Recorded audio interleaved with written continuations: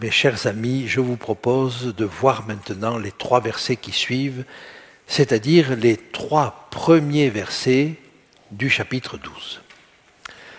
En ce temps-là se lèvera Michaël, le grand chef, le défenseur des enfants de ton peuple. Et ce sera une époque de détresse telle qu'il n'y en a point eu de semblable depuis que les nations existent jusqu'à cette époque. En ce temps-là, ceux de ton peuple qui seront trouvés inscrits dans le livre seront sauvés.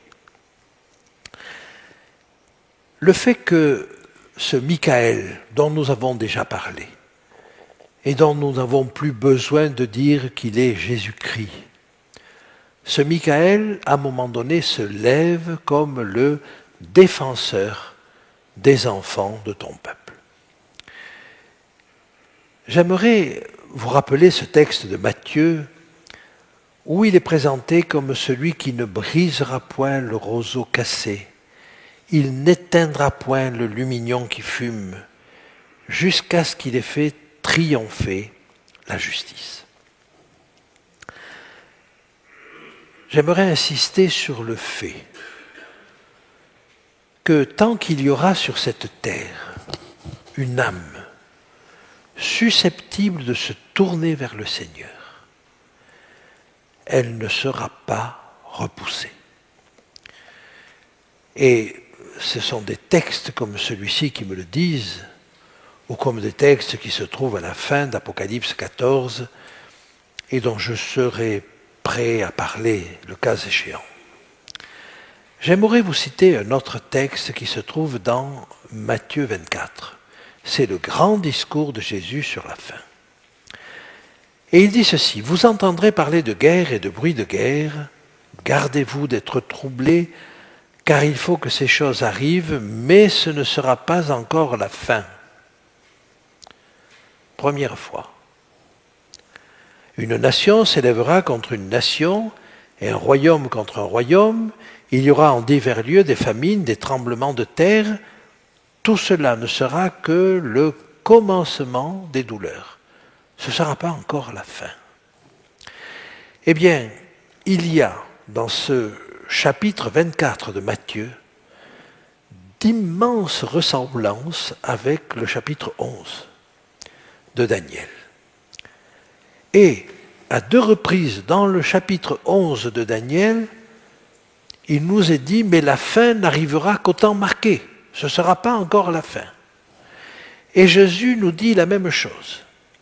Et puis au verset 14, il va dire, alors, cette bonne nouvelle sera prêchée dans le monde entier pour servir de témoignage à toutes les nations, alors viendra la fin.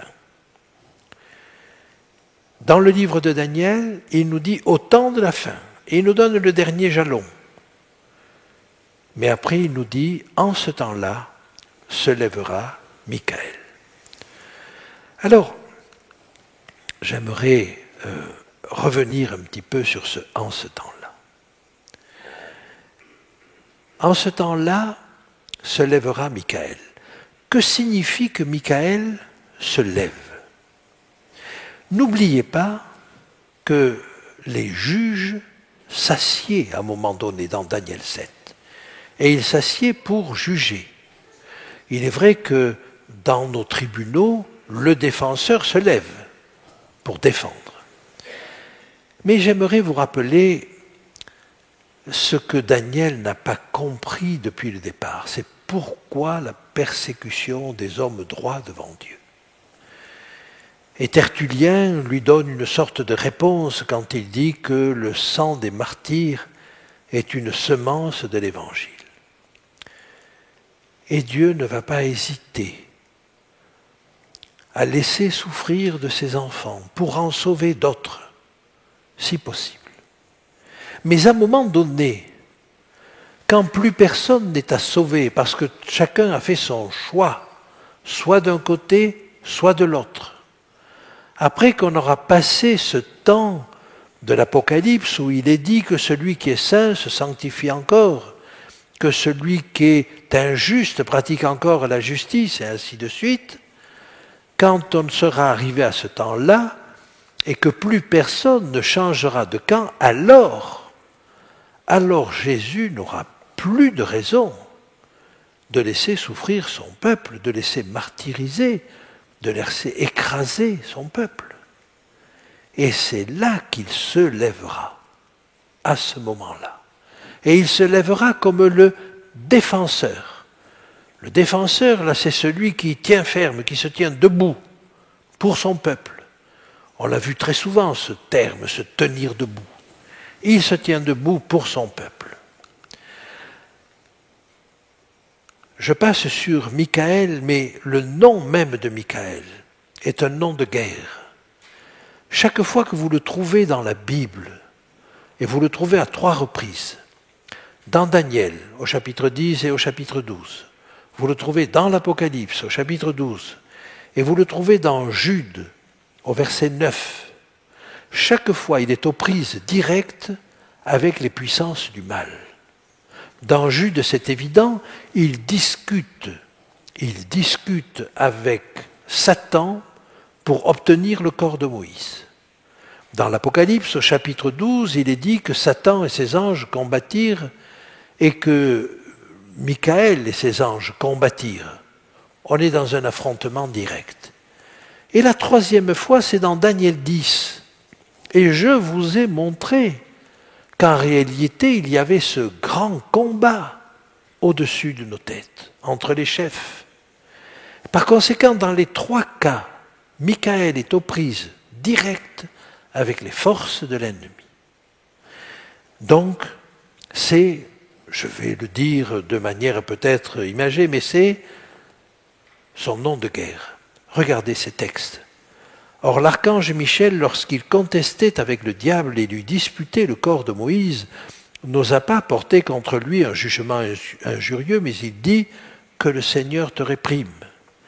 Et dans Apocalypse 12, 7, il y eut guerre dans le ciel, Michel et ses anges combattirent contre le dragon et ses anges combattirent.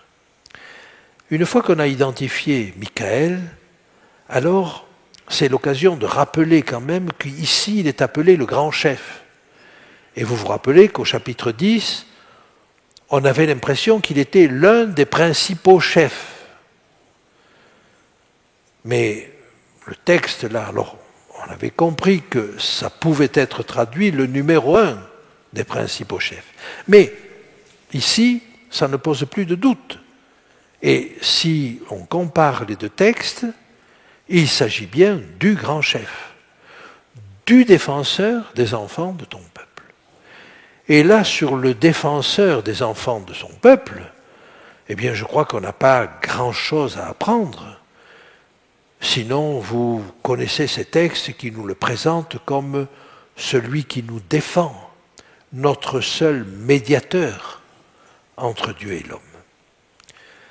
J'aimerais vous donner ce texte qui se trouve dans la première épître de Jean, au chapitre 2. « Mes petits enfants, je vous écris ces choses afin que vous ne péchiez point, et si quelqu'un a péché, nous avons un avocat auprès du Père, Jésus-Christ le juste. » Avançons maintenant, si vous voulez bien, et nous avons dans ce verset quelque chose de plus.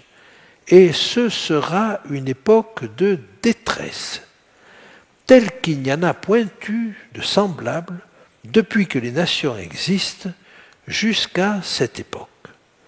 Alors une détresse sans égale, là nous allons le retrouver également dans l'évangile de Matthieu, au chapitre 24, c'est-à-dire dans ce grand discours de Jésus sur la fin, qui s'inspire tellement de Daniel 11. Ces 2 avertissements successifs qu'il y aura des signes qui ne sont pas encore la fin, que la fin viendra quand la parole sera proclamée partout dans le monde, qui nous annonce également l'abomination de la désolation au verset 15, que nous trouvons dans Daniel 11 également. Et là, nous allons trouver une époque de détresse sans égale. Et nous sommes donc au début du chapitre 12. Eh bien, écoutez ce que dit Matthieu et ce que dit Jésus dans l'évangile de Matthieu, car alors la détresse sera si grande qu'il n'y en a point eu de pareil depuis le commencement du monde jusqu'à présent et qu'il n'y en aura jamais. est-ce que vous réalisez à quel point ce texte de Matthieu 24, ce grand discours de Jésus sur la fin, est inspiré de Daniel 11 et 12, là, en l'occurrence. Apocalypse 16, c'est le troisième texte qui nous parle d'une chose sans égale dans toute l'histoire. Il y eut des éclairs, et là nous sommes à la 7e coupe. Il y eut des éclairs, des voix, des tonnerres et un grand tremblement de terre, tel qu'il n'y en avait jamais eu depuis que l'homme est sur la terre, un aussi grand tremblement. Alors là, ça n'est pas une détresse, c'est un tremblement de terre, mais une fois de plus, nous sommes dans le temps des coupes, c'est-à-dire ce temps qui est entre la fin du jugement de la maison de Dieu et le retour de Jésus. Ces trois textes nous parlent du même temps. J'avance encore. En ce temps-là, ceux de ton peuple qui seront trouvés inscrits dans le livre seront sauvés. Pour moi, c'est l'indication de la fin du jugement de la maison de Dieu. Le jugement étant fini, ceux qui sont inscrits dans le livre sont sauvés. Je vous rappelle ce texte d'Apocalypse au chapitre 13 et au verset 8. « Et tous les habitants de la terre l'adoreront, ceux dont le nom n'a pas été inscrit dès la fondation du monde dans le livre de vie de l'agneau qui a été immolé. » Je ne sais pas si vous vous rappelez que nous avions évoqué cette chose-là, je ne reviens pas là-dessus, et en particulier sur le problème de prédestination qui était posé par ce verset-là. Mais j'aimerais maintenant aborder le verset 2 de notre passage. « Plusieurs de ceux qui dorment dans la poussière de la terre se réveilleront, les uns pour la vie éternelle et les autres pour l'opprobre, pour la honte éternelle. » Et nous avons là un des quelques versets, des rares versets, qui font état de ce que je pourrais appeler la résurrection partielle. Regardez ce qui est dit. Plusieurs, pas tous, mais plusieurs de ceux qui dorment dans la poussière de la terre se réveilleront les uns pour la vie éternelle, ça ne nous étonne pas. Nous avons là simplement la confirmation que nous sommes tout à fait à la fin, puisqu'on nous parle de résurrection. Mais il nous est dit les uns pour la vie éternelle et les autres pour l'opprobre, pour la honte éternelle. Or, quand nous lisons l'Apocalypse, il est bien clair que, au moment du retour de Jésus, les élus se réveillent, mais que les réprouvés se réveilleront 1000 ans après, à la résurrection, à la fin des 1000 ans, pour attaquer la nouvelle Jérusalem et ainsi de suite. Pourquoi nous est-il dit ici que plusieurs se réveillent, les uns pour la vie éternelle, les autres pour l'opprobre éternel? Alors j'aimerais vous montrer deux autres textes qui vont dans le même sens. D'abord un texte qui se trouve dans Marc, au chapitre 14, et qui nous dit ceci. Le souverain sacrificateur l'interrogea, donc il interroge Jésus, c'est le procès de Jésus. L'interrogea de nouveau et lui dit « Es-tu le Christ, le Fils du Dieu béni ?» Jésus répondit « Je le suis. Et vous verrez le Fils de l'homme assis à la droite de la puissance de Dieu et venant sur les nuées du ciel. » C'est-à-dire que Jésus annonce à ses détracteurs dans le Sanhédrin, dont peut-être certains seront sauvés, mais probablement pas tous, or il l'annonce à tous. Et il dit, désormais, vous verrez le Fils de l'homme assis à la droite de la puissance de Dieu et venant sur les nuées du ciel. Il s'agit bien de son retour. Et il s'agit bien de personnes en face de lui qui sont en train de le condamner à mort. Vont-ils ressusciter aussi? C'est ce que semble dire Jésus. Laissez-moi vous citer un autre texte. Apocalypse 1,7. Voici, il vient sur les nuées, tout œil le verra. On parle bien du retour de Jésus. Même ceux qui l'ont percé. Et vous voyez que ceux qui le verront, ce ne sont pas que les élus, mais on peut peut-être comprendre par ceux qui l'ont percé, ceux qui ont été ses opposants les plus violents, ceux qui, tout au long des siècles, ont été les ennemis les plus acharnés de son peuple. Et il semble qu'il y ait là quelque chose qui nous indique, 3 textes, 3 versets, et le texte que nous étudions en ce moment, Daniel 12, 2 en est un, nous indique qu'il y aura une résurrection partielle de certains réprouvés pour assister au retour en gloire de Jésus. Je ne pense pas qu'il s'agit là d'un article de foi essentiel, mais le texte est là pour nous le dire. Et je crois qu'on ne peut pas passer à côté de ce texte, surtout quand, comme nous l'avons fait, nous avons essayé d'avoir une étude systématique et méthodique du texte de Daniel. Je me permets d'avancer encore et j'arrive au verset 3. Ceux qui auront été intelligents brilleront comme la splendeur des cieux, et ceux qui auront enseigné la justice à la multitude brilleront comme des étoiles à toujours et à perpétuité. Et si nous avons parlé au verset 2 de la résurrection, vous voyez que ce verset nous parle de l'éternité. Et il nous dit quelque chose qui est intéressant et important.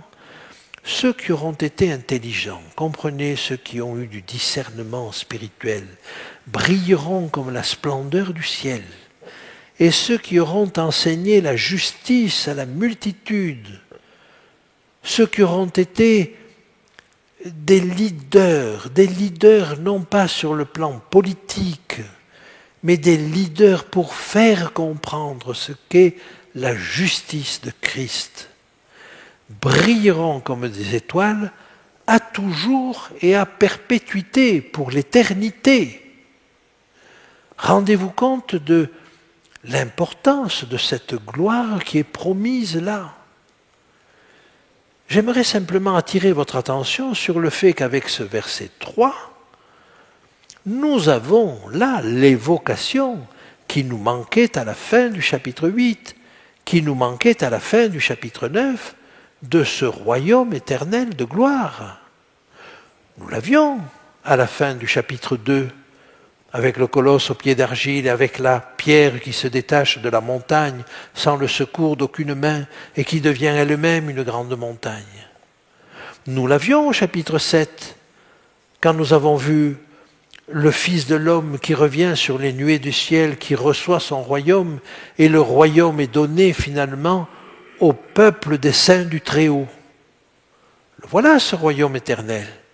Et puis on l'a plus au chapitre 8, on l'a plus au chapitre 9, et là, à la fin de cette chose-là, nous avons là, de nouveau, l'évocation de ce royaume éternel, avec cette récompense particulière pour ceux qui auront été des enseignants, et ils brilleront comme des étoiles. Et nous arrivons à la fin de notre vision. Si nous sommes sur ce royaume éternel, nous sommes à la fin de la vision. Sauf que le chapitre n'est pas fini. Et alors, il va falloir comprendre. Regardons d'abord le fait d'enseigner la justice. Toute écriture est inspirée de Dieu, nous dit Paul dans l'Épître à Timothée, est utile pour enseigner, pour convaincre, pour corriger, pour instruire dans la justice, et pas seulement dans la vérité, afin que l'homme de Dieu soit accompli et propre à toute bonne œuvre. C'est une instruction dans la justice pratique de la vie de l'homme de chaque jour. C'est cette justice que Dieu souhaite promouvoir en chacun d'entre nous.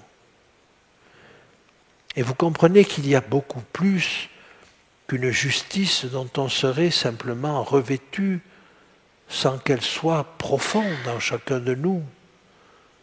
Ce que souhaite Dieu, c'est que ce soit une justice vécue, appliquée dans la vie de chacun. Alors le fait qu'ils brillent comme des étoiles, eh bien je vous en avais parlé. L'apôtre Paul nous dit, c'est pourquoi, mes bien-aimés et très chers frères, vous qui êtes ma joie et ma couronne, demeurez ainsi fermes dans le Seigneur, mes bien-aimés. Thessaloniciens, première épître, qui est en effet notre espérance ou notre joie ou notre couronne de gloire, n'est-ce pas vous aussi, devant notre Seigneur Jésus, lors de son avènement? Oui, vous êtes notre gloire et notre joie. Parallèle dans l'Apocalypse, puis on me dit, il faut que tu prophétises de nouveau sur beaucoup de peuples, de nations, de langues et de rois. Et donc vous voyez, le peuple de Dieu est appelé à témoigner. Alors, me direz-vous, est la fin du chapitre? Eh bien, la fin du chapitre, c'est un supplément. Et à un moment donné, à partir du verset 4, alors que vous voyez, nous sommes arrivés à cette notion de royaume éternel, l'ange va donner un supplément de vision à Daniel. Ce supplément, c'est ce qui va faire l'objet de notre étude dans les jours qui viennent. Et ce supplément a beaucoup à nous dire. Parce que ce supplément va revenir sur le temps de la fin. Ce supplément, il est là pour nous apporter un complément d'information justement sur ce temps de la fin. Ce temps de la fin qui nous a été défini comme cette guerre au Moyen-Orient. Oui, mais la guerre au Moyen-Orient n'est que le versant humain, terrestre des choses.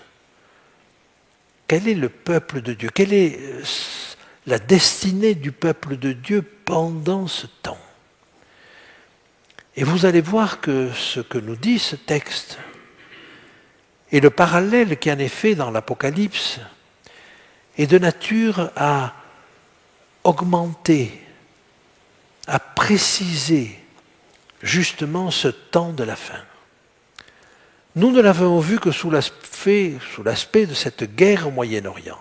Cette guerre au Moyen-Orient, nous la retrouverons dans l'Apocalypse. Mais le peuple de Dieu, alors ça, il va nous en être parlé dans les versets qui suivent. Et dans les versets qui suivent, il est question d'une prophétie cachée. D'une prophétie dont il est demandé à Daniel de la sceller jusqu'au temps de la fin. Sommes-nous à ce temps? Est-ce qu'elle est, est-ce qu'elle est importante pour notre temps? Vous verrez qu'il y est donné 3 durées. 1260 jours, ou l'équivalent, un temps des temps et la moitié d'un temps, 1290 jours et 1335 jours. Une partie de ces données se retrouve également dans l'Apocalypse. Et nous aurons l'occasion de le voir, et nous allons en parler. Mais ce que j'aimerais vous dire, c'est que cette prophétie cachée dont nous allons parler, cette prophétie cachée n'est à réserver qu'au temps de la fin. Nous allons voir comment le texte nous le fait savoir. Et nous allons voir comment le texte d'Apocalypse nous le fait savoir. Il y a les choses cachées et il y a les choses révélées. Et puis il y a les choses qui sont cachées pour un temps jusqu'au moment où elles seront révélées. Et ça, c'est ce qui se passe pour la fin du livre de Daniel. Alors, ceux qui auront été intelligents brilleront comme la splendeur du ciel, et ceux qui auront enseigné la justice à la multitude brilleront comme des étoiles à toujours et à perpétuité. Je souhaite vraiment que chacun d'entre nous, non pas parce qu'il est un beau parleur, non pas parce qu'il sait beaucoup de choses, mais parce qu'il aime son Seigneur et qu'il a envie de partager avec ses frères et sœurs, même s'ils ne connaissent pas Jésus, il a envie de partager avec ses frères et sœurs la bonne nouvelle de la justice qui est en Jésus-Christ. Que Dieu nous soit en aide pour comprendre et pour vivre une justice qui ne soit pas seulement théorique, mais qui imprègne chacun de nos jours, chacune de nos heures. Je vous remercie de votre attention.